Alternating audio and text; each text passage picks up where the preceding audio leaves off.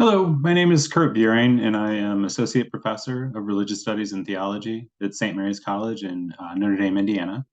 And the title of my talk today is The Spirits in West Africa, Fon, Yoruba, and Akan Traditional Religions.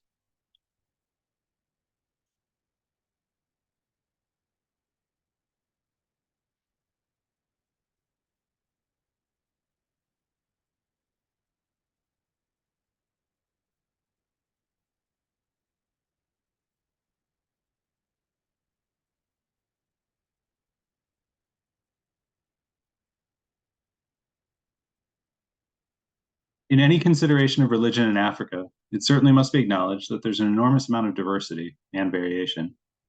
In addition to Christianity and Islam, there are dozens of African traditional religions, or ATRs, that predate Abrahamic faiths and that are currently practiced in Africa today.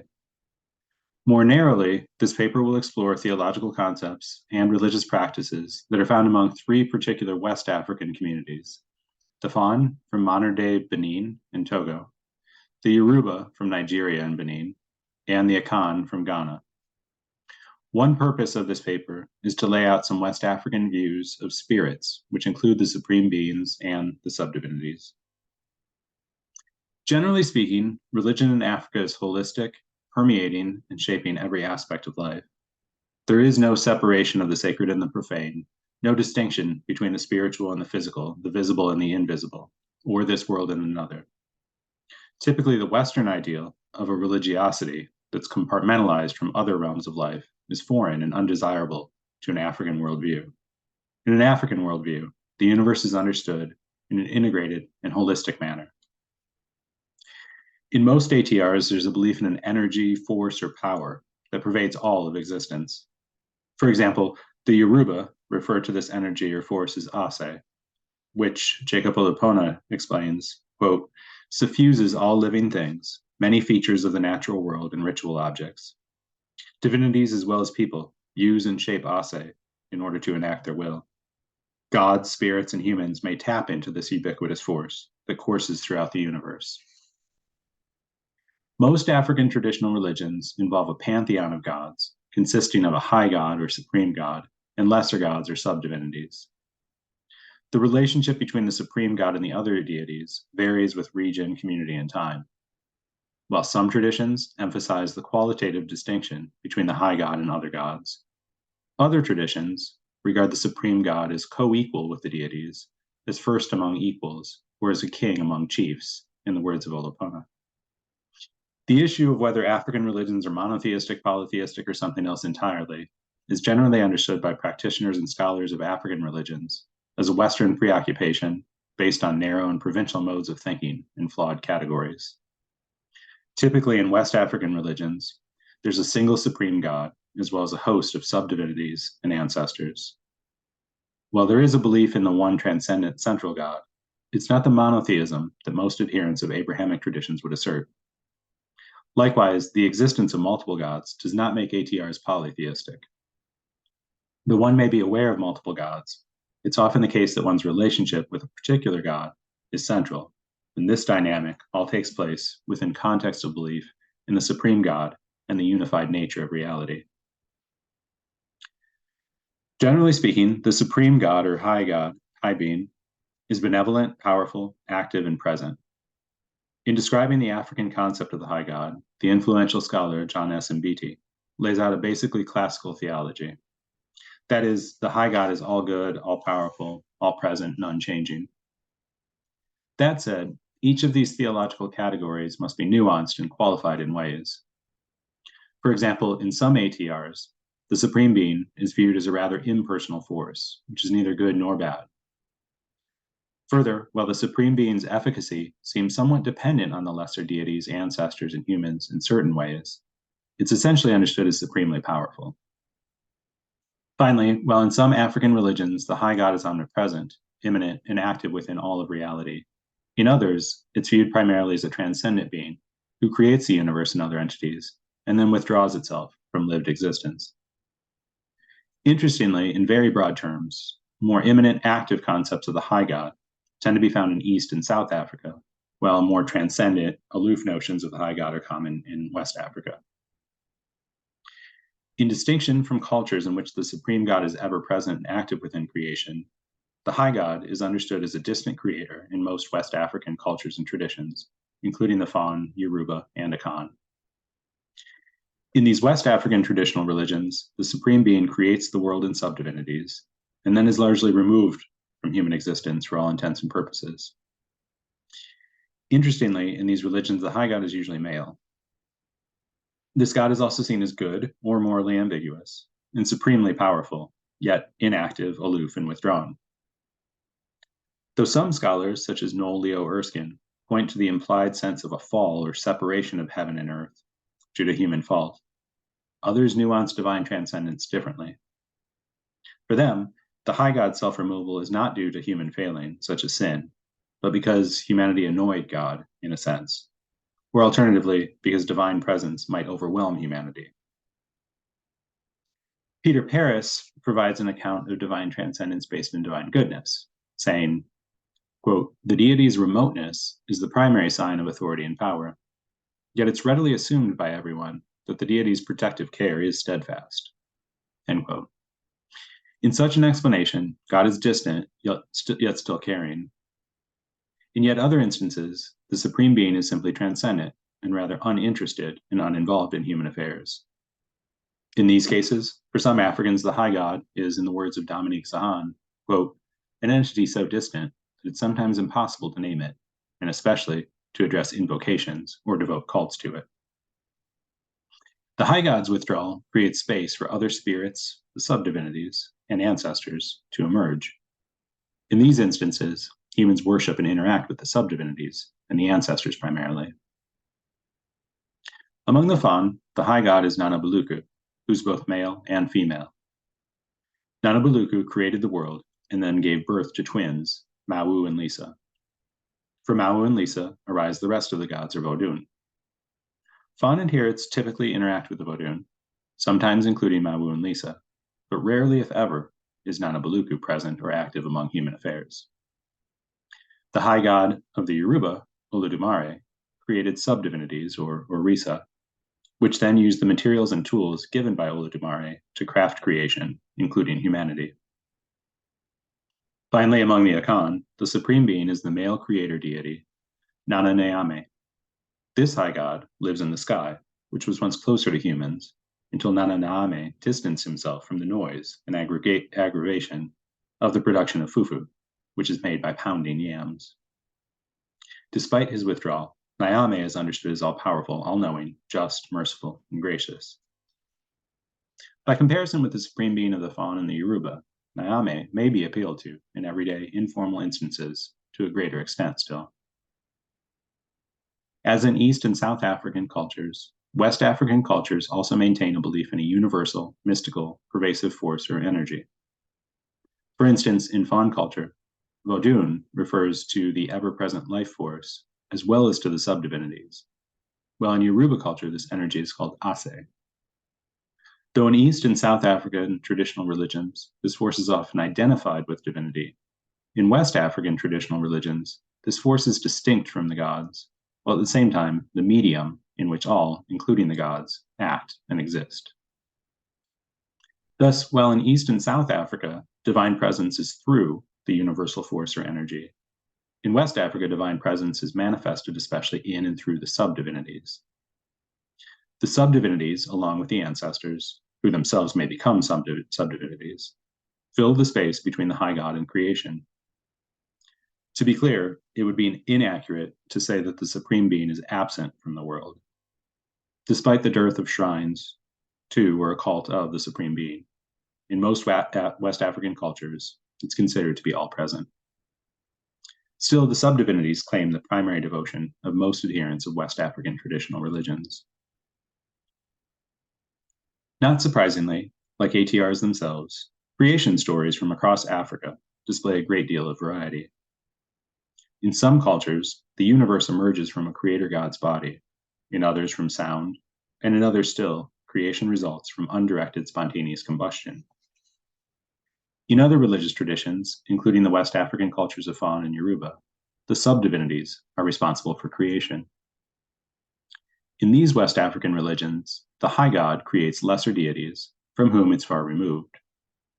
The Fon call these other deities Vodun, while the Yoruba refer to them as Orisa.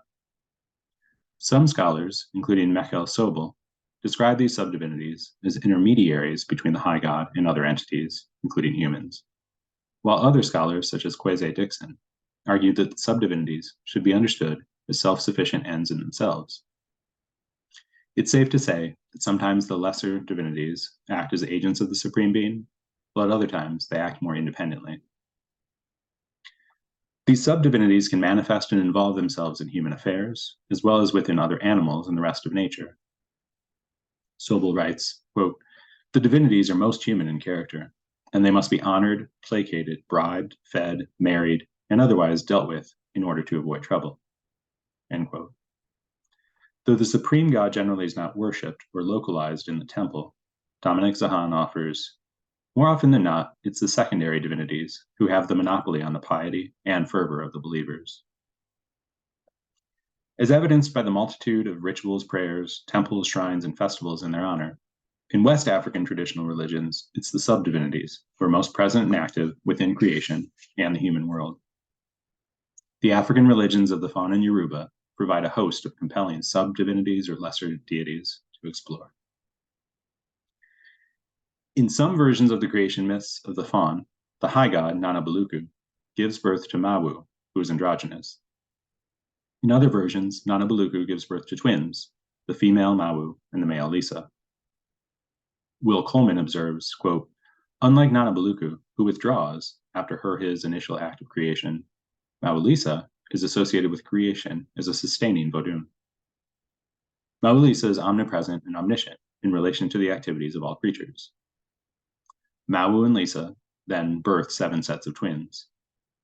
These twin sets form the primary array of the Fon subdivinities or Vodun, who create humans." Zahan asserts, quote, "Power has always been conceived of by Africans in the least despotic light possible. The more important it is, the more reason to share it in order to avoid the individualization that could generate social abuses and disturbances. Thus the existence of divine couples." End quote.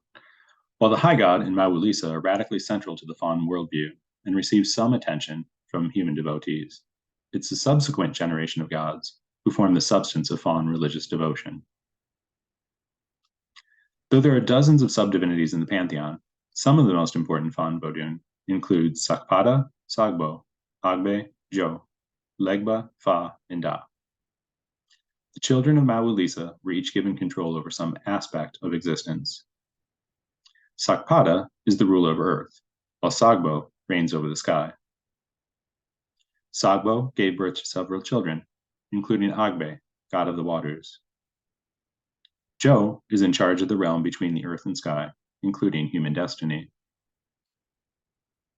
Legba, who has no particular realm to rule, acts as a mediator among the gods and between the gods and humanity. Sometimes also understood as a trickster figure, Legba is central to communication among the gods and to interaction between these gods and humanity. Anthony Pinn explains, quote, "Legba must be approached prior to any other Vodun if tasks are to be successfully fulfilled and rituals performed. Thus, Legba has no place of his own, but his presence is required in all places." End quote. While Jo controls human destiny, Legba communicates it and thus is central to Fa, the term for both the Fon system of divination and Legba's sister, the Vodun of divination and destiny. Finally, in Will Coleman's words, Da is power incarnate and signifies the Africans who lived long ago, beyond the memories and capacity of contemporary Africans to recall their names. Like the Fon, the Yoruba maintain belief in a high god and a pantheon of lesser deities. Olodumare is the supreme being who creates the subdivinities, or Orisa. According to a dominant creation myth, Olodumare tasked Obatala with the work of creation. However, on his way to create, Obatala got drunk and fell asleep. Another Orisa, Oduduwa, saw what had happened, took up the task and tools assigned to Obatala, and formed the universe with the aid of a giant guinea fowl known as the Earth Spreader. After this act of creation, 16 primary subdivinities came down from heaven to reign over various earthly realms. Unlike Olodumare, who maintains the world, but is rather detached from human affairs, the Orisa, or sub-divinities, are present and active everywhere. The Orisa are seen as compassionate, benevolent, and capable of providing the blessings their devotees request of them in rituals and ceremonies. Jacob Olopona adds, quote, "At the same time, the Orisa are willing to use their power to inflict punishment and to wreak havoc on devotees who violate social norms. Ultimately, the Orisa transcend the dichotomy of good and evil." Despite his ineptitude in carrying out creation, Obatala, the god of wisdom, is a central figure among the Orisa. Even though Oduduwa usurped Obatala's work, Obatala is understood as still possessing the Ase, the universal force or energy, upon which all, including Oduduwa's power, depends. Olopona offers, quote, "Obatala is the fashioner god, and his primary responsibility is to mold human beings out of clay according to the Ase, the divine power given him by the Supreme Being. Obatala is thus the creator god. Along with his divine spouse, Yemu, Obatala is regarded as honest, pure, and morally upright. While Obatala is defined by his righteousness, Oduduwa is understood as power. Jacob Olopana says of Oduduwa, quote, "All of the essential forces of nature, along with human and spiritual forces, are subject to him. No physical or spiritual forces supersede Oduduwa in power." End quote. In addition to creating the world, these gods, Obatala and Oduduwa is also seen as the god king, ancestor to the Yoruba people, and founder of the sacred city of Ile-Ife, where his cult is based almost exclusively. The ritual worship of Oduduwa is evident most prominently in a single geographic location. His adherents claim that his presence, persona, and ultimate strength are derived from the total energy of the universe. In addition to Obatala and Oduduwa, other important Orisa include Esu, Ogun, Sango, Olokun, and Ifa. Esu is the messenger of the Orisa and a trickster figure, capable of both good and bad. Ogun is the violent god of war, who led the gods from heaven to earth at the time of creation. Sango is the popular god of thunder and lightning, while Olokun is the goddess of the sea. Finally, another very significant god is Ifa, the god of divination, who brings some measure of order to the world. While among the Akan, it's clear that creation is carried out directly by the Supreme Being, Nyame, there is no clear, consistent creation story explaining the process or event in any detail. In addition, unlike the Supreme Being in Fawn and Yoruba theology, Nyame is still considered to be present and involved in worldly affairs, at least by comparison to these other West African traditions. Further, while the Akan tend to elevate the status of the ancestors above the lesser deities, these sub-divinities, or Abasam, still play an important role in Akan religion. Unlike the gods of the Fawn and the Yoruba, who have distinctive, individualized persona, the lesser deities of the Akan are typically described in terms of groups of collectives based on their roles in the world. Akan Abasam are described as children of God, executioners of God, or linguists of God. The label of children is not meant literally and applies to a set of water deities in particular. The Abosam, who are executioners, carry out God's will and mete out justice as called for. Lastly, the linguists are God's spokesmen and act as both independent agents and as conduits between the Supreme Being and humanity. To demonstrate the nature and activity of West African sub-divinities or spirits, it's instructive to explore two particular ways in which they interact with humanity: spirit possession and divination. Spirit possession is typically evoked or elicited willfully by a spirit medium through multisensory music and dance. While dreams and trances may be spontaneous events in which the spirit comes to the medium, possession tends to be something that's initiated by the spirit medium. Spirit possession involves the lesser deities or ancestors, not the Supreme Being. These sub-divinities or spirits may communicate to the medium, but they usually operate through the medium. In such cases, the spirit takes over the conscious personality and identity of the medium, mounting the believer, who becomes other during a temporary trance. During possession, the divinity or spirit is regarded as mounting or climbing on the medium, and the inhabited or possessed body adapts the behavior appropriate to the spirit who's come to subordinate her body.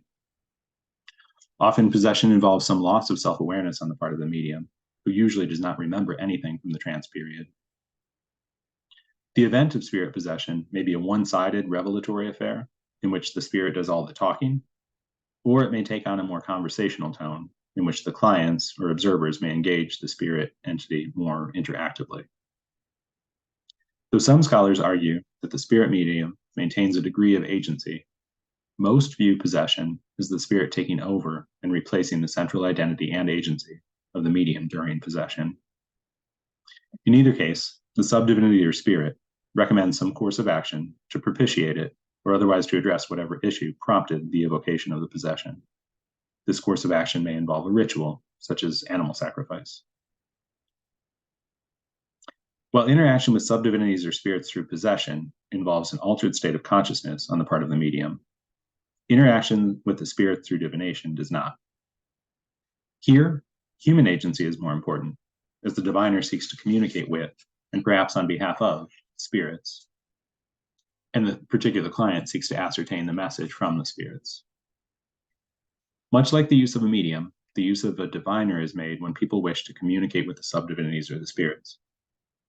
Again, the assumption behind these activities is that the spirits have access to special knowledge and that it can be communicated to people in order to address the state of affairs, communal or personal, good or bad. In addition, the belief is that the spirit can be active and efficacious, either by changing the state of affairs or, more often, by recommending an effective course of action for the client that does so. For instance, if someone is ill, she may ask a diviner to communicate with the spirits through divination in order to ascertain the cause and cure of the illness. Thus, divination may be employed to restore physical or spiritual wellness. As an example, in Yoruba practices, a diviner might cast nutshells, then interpret the results based on their training and experience. The diviner would then prescribe a course of action, such as a ritual, for the client to complete. This mode of interaction or communication with the subdivinities or spirits presupposes that the gods or ancestors have access to hidden knowledge and may be willing to share it with humans. The spirits are viewed as fair and just in the sense that they're willing to reciprocate knowledge for some ritual acknowledgement, a gift, or a sacrifice.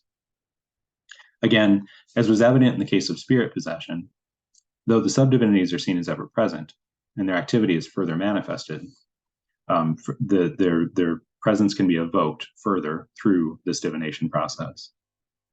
As in all respects when considering African traditional religions, beliefs, and practices, there's a great variety of across the continent in terms of the types of divination. Overall, the Fon, Yoruba, and Akan emphasis on subdivinities and ancestors is more characteristic of West African religious traditions than East or Southwest African traditions. Generally speaking, while the supreme being in East and South Africa is understood to be omnipresent and efficacious within worldly affairs, the supreme being in West Africa is usually conceived of as relatively more distant and less involved. It's especially in these religions where such immanence and activity from the high god might be less than desired, that the subdivinities or lesser deities and ancestors become more prominent. These gods, especially the Vodun of the Fon and the Orisa of the Yoruba, are anthropomorphized. That is, they can be capricious, morally ambiguous, and even dependent on humanity. In a fuller sense, these spirits, who are also ever-present, active, powerful, and typically good, are interdependent with humanity. In a host of ways, including spirit possession, divination, prayer, and sacrifices, the spirits convey their will and needs to humans, who both sustain and depend on these same spirits. While human interaction with the subdivinities or spirits may be driven at times by fear, it's also frequently motivated by gratitude for the blessings of a ubiquitous and efficacious world of spirits populated by subdivinities and ancestors. I appreciate your attention to my paper in this topic, and I would welcome any comments or questions that you might have. You can reach me at the email address here on the slide on the screen. It's kbuhring@stmarys.edu. Thank you.